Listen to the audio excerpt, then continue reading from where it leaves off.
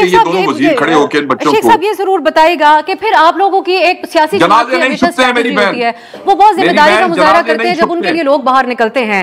تو آپ مجھے یہ بھی بتائیں سر، آپ مجھے اجازت دیں سوال کرنے کی، کہ آپ کی کیا اسٹریٹجی تھی کہ جب آپریشن سٹارٹ ہوگا تو بشرا بی بی اور علی امین جنہوں نے سپوزٹلی لیڈ کرنا تھا فرام دا فرنٹ، وہ وہاں سے روانہ ہو جائیں گے اور ان کو رحم و کرم پہ نوجوانوں کو چھوڑ دیا جائے گا جو ہمارے میری ٹیم کے نمائندے کے مطابق ان سے راستہ پوچھ رہے تھے اسلام آباد سے واپس نکلنے کا، کارکنان آپ کے میڈیا نمائندوں سے راستہ پوچھ رہے تھے ہم نے واپس کیسے نکلنا ہے، تو نوجوانوں کو اس خطرے میں ڈال کر وہ خود کیوں فرار ہو گئیں؟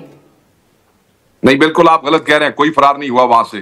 ذرا میری بات سن لیجئے گا، میں نے آپ کو پہلے اسی لیے کانٹیکسٹ بتایا ہے کہ پروٹیسٹ کی نیت سے آئے تھے. پلان ہم نے آپ کے چینلز پہ نا پچھلے 2 ہفتے ہمارے ہر بندے نے آ کے بتایا تھا آپ کو، پورے پاکستان کے چینلز کو، کہ ہم مارچ کر کے آئیں گے اور ہم یہاں سٹن پہ بیٹھیں گے.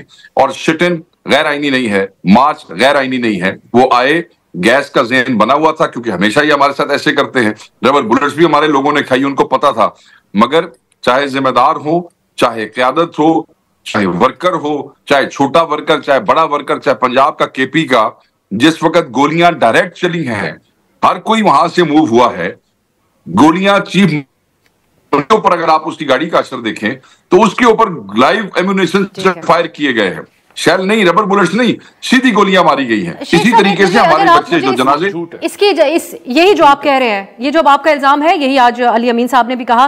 آج حکومت دعویٰ کرتی ہے کہ یہ غلط بات آپ لوگ کر رہے ہیں، جھوٹ پہ ہم اپنی بات کر رہے ہیں. تو کچھ تفصیل آپ دے سکتے ہیں، کچھ نام اگر سامنے رکھے جائیں؟ ایک تو نماز جنازہ ادا کی گئی آپ لوگوں کے کارکن کی. بالکل دیکھیں مجھے تو نہیں پتا.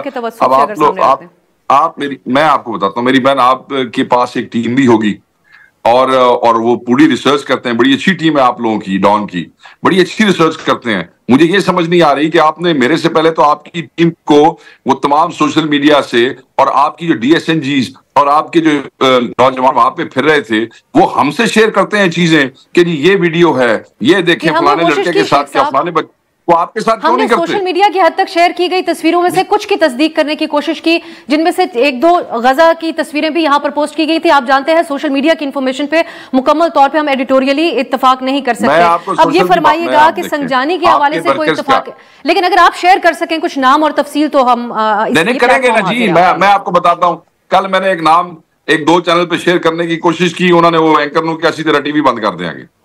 وہ اینکر نے مجھے کہا میرا تو ٹی وی بند ہونے والا ہے. آپ ابھی شیئر کریں، اب آپ کیا کریں؟ میں آپ کو ضمانت دیتی ہوں نہیں بند کریں گے. شیخ صاحب کچھ نام لیجئے، ہمارے پاس انفارمیشن آیا. آپ کا تو ٹی وی بند ہو بھی جائے تو اس میں میرا کیا ایشو ہے؟ آپ کے مالکان بڑے تکڑے ہیں، وہ خود ہی کھلوا لیں گے.